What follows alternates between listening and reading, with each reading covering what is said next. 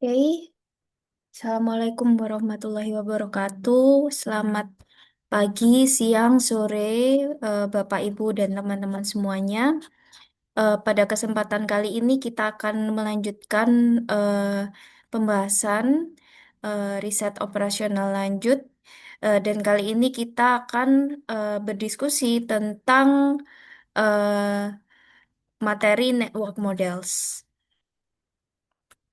Jadi, network models itu atau model jaringan itu adalah sebuah kasus khusus dari permasalahan programa linier ya.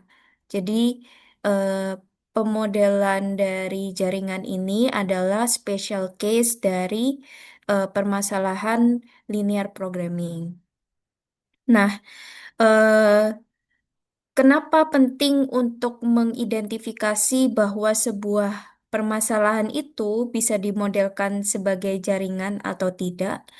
Karena yang pertama, kita kalau bisa merepresentasikan dalam bentuk jaringan, itu biasanya akan lebih mudah eh, untuk mentransformasikan dalam bentuk model matematis yang pertama. Kemudian yang kedua, sudah ada beberapa algoritma atau heuristik yang sudah tersedia untuk menyelesaikan permasalahan network eh, tertentu seperti itu. Oke. Jadi dibandingkan dengan kita menyelesaikan menggunakan algoritma simplex, ada heuristik tertentu yang lebih efisien untuk menyelesaikan permasalahan jaringan seperti itu. Nah, untuk definisi dasar dari permasalahan jaringan, ya, biasanya dideskripsikan dalam bentuk jaringan. Jaringan itu berbentuk grafik ya atau gambar gitu ya. Kemudian didefinisikan ada dua himpunan atau sets. Himpunan yang pertama yaitu himpunan titik. Yang kedua itu himpunan dari arcs ya. Arcs ini busur ya atau ya busur. Nah, kemudian untuk himpunan titik itu biasanya terdiri dari eh, vertices ya, vertices atau titik-titik koordinat biasanya dinotasikan sebagai V besar ya. Tapi ini tidak mandatory ya bisa dinotasikan dalam mm, variabel lainnya contohnya N gitu bisa. Kemudian yang kedua itu himpunan arcs ya. Ini adalah eh, himpunan yang merepresentasikan bahwa titik-titik tersebut itu saling terhubung, ya. Nah, biasanya disimbolkan dalam bentuk ordered pair atau biasanya kalau di programming disimbolkan bisa juga dalam bentuk tuple, ya. Nah, di sini arcs ini juga yang saya sebutkan tadi ya merepresentasikan eh, a possible direction dari perpindahan. Maksudnya adalah apakah titik A ke titik B itu ada arcnya? Kalau ada, berarti eh, titik B ini bisa ditempuh di dicapai dari titik A atau sebaliknya. Kalau tidak ada, maka tidak ada jalur yang memungkinkan di antara titik A dan titik B. Seperti itu. Nah, biasanya disimbolkan dengan A besar, set A, ya. Nah, ini contohnya ya, misalkan sebuah jaringan memiliki arc JK, maka di sini artinya adalah memungkinkan terjadi perpindahan dari titik J ke titik K. Seperti itu. Nah, ada lagi istilah khusus untuk beberapa node. Yang pertama ada source, ada sink. Biasanya source ini menyimbolkan titik awal, Kemudian untuk sing ini menyimbolkan titik akhir. Nah, sekarang kita coba lihat contoh dari gambar pada slide ini ya. Nah, misalkan kita punya gambar seperti ini berarti jumlah nodes-nya ya. Misalkan di sini karena ada 4 titik, maka kalau kita simbolkan nodes-nya dalam V,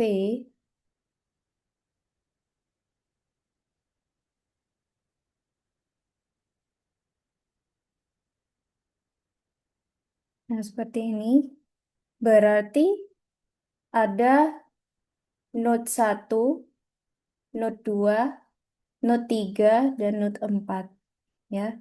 Sehingga jaringan dari pada gambar ini itu dideskripsikan dengan pertama himpunan titik ya. Kemudian yang kedua himpunan arcs ya. Nah, ARCS ini yang seperti tadi saya sebutkan itu himpunan yang berisi pasangan-pasangan titik atau juga bisa disebut dengan tapel yang memungkinkan adanya akses dari satu titik ke titik yang lain. Dan biasanya urutan itu juga mempengaruhi bagaimana titik tersebut bisa diakses. Contohnya untuk eh, arcs ini ya, yang menghubungkan antara titik 1 ke 2, di sini terlihat bahwa arah panahnya itu dari 1 ke 2. Maka jika kita deskripsikan dalam bentuk himpunan, maka arcs A, maaf, set of A's, himpunan dari arcs itu pertama terdiri dari 1 ke 2 seperti itu. Kemudian selanjutnya 2 ke 3 ya. 2 ke 3 berarti 2, 3 ya. Kemudian 3, 4 ya. 3, 4. Nah, 3, 4 ini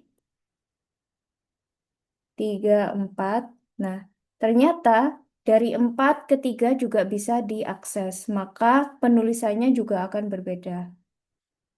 Nah, ini berarti untuk arc selanjutnya 4,3. Nah, kemudian untuk yang terakhir 4 ke 1. Ya.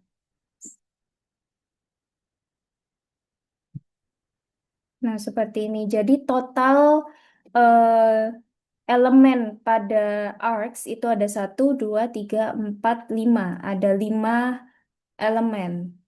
Nah, eh, sekali lagi ya di eh, yang perlu diingat bahwa urutan penulisan dari art tersebut itu mempengaruhi arahnya, ya.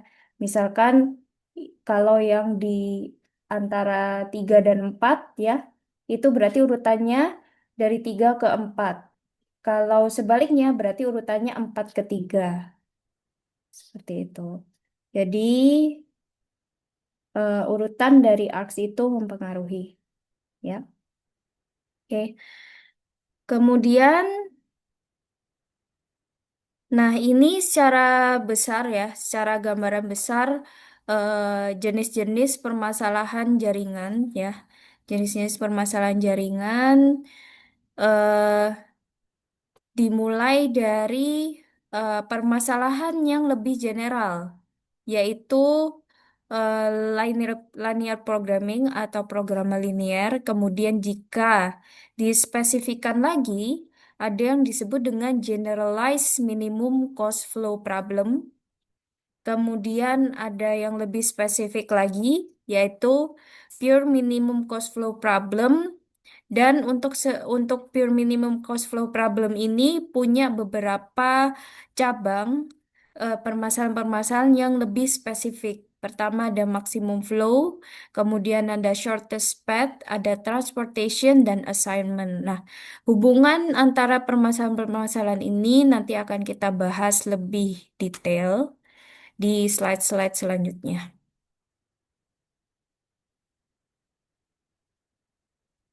Yang pertama untuk eh, transportation problem ya.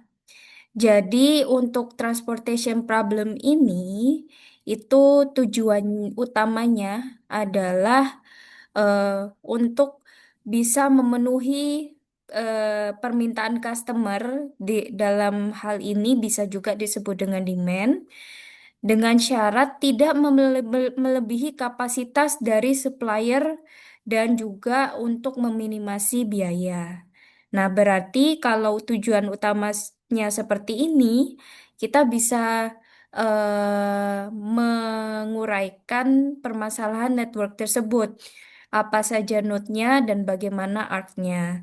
Kalau kita tahu ternyata ada istilah customers requirement dan supply capacity, berarti ada dua jenis titik. Yang pertama ada titik supplier ya yang memiliki atribut kapasitas. Kemudian yang kedua ada titik customer yang memiliki atribut demand atau requirement atau permintaan seperti itu.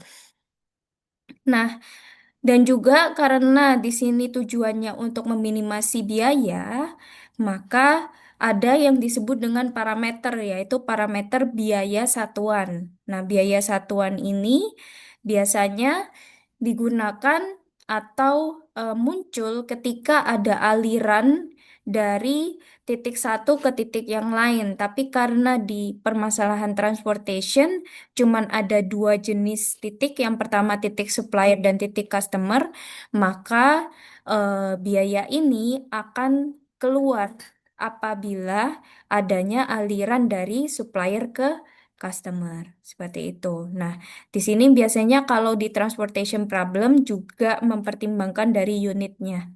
Jadi jumlah pengiriman itu akan mempengaruhi total biaya.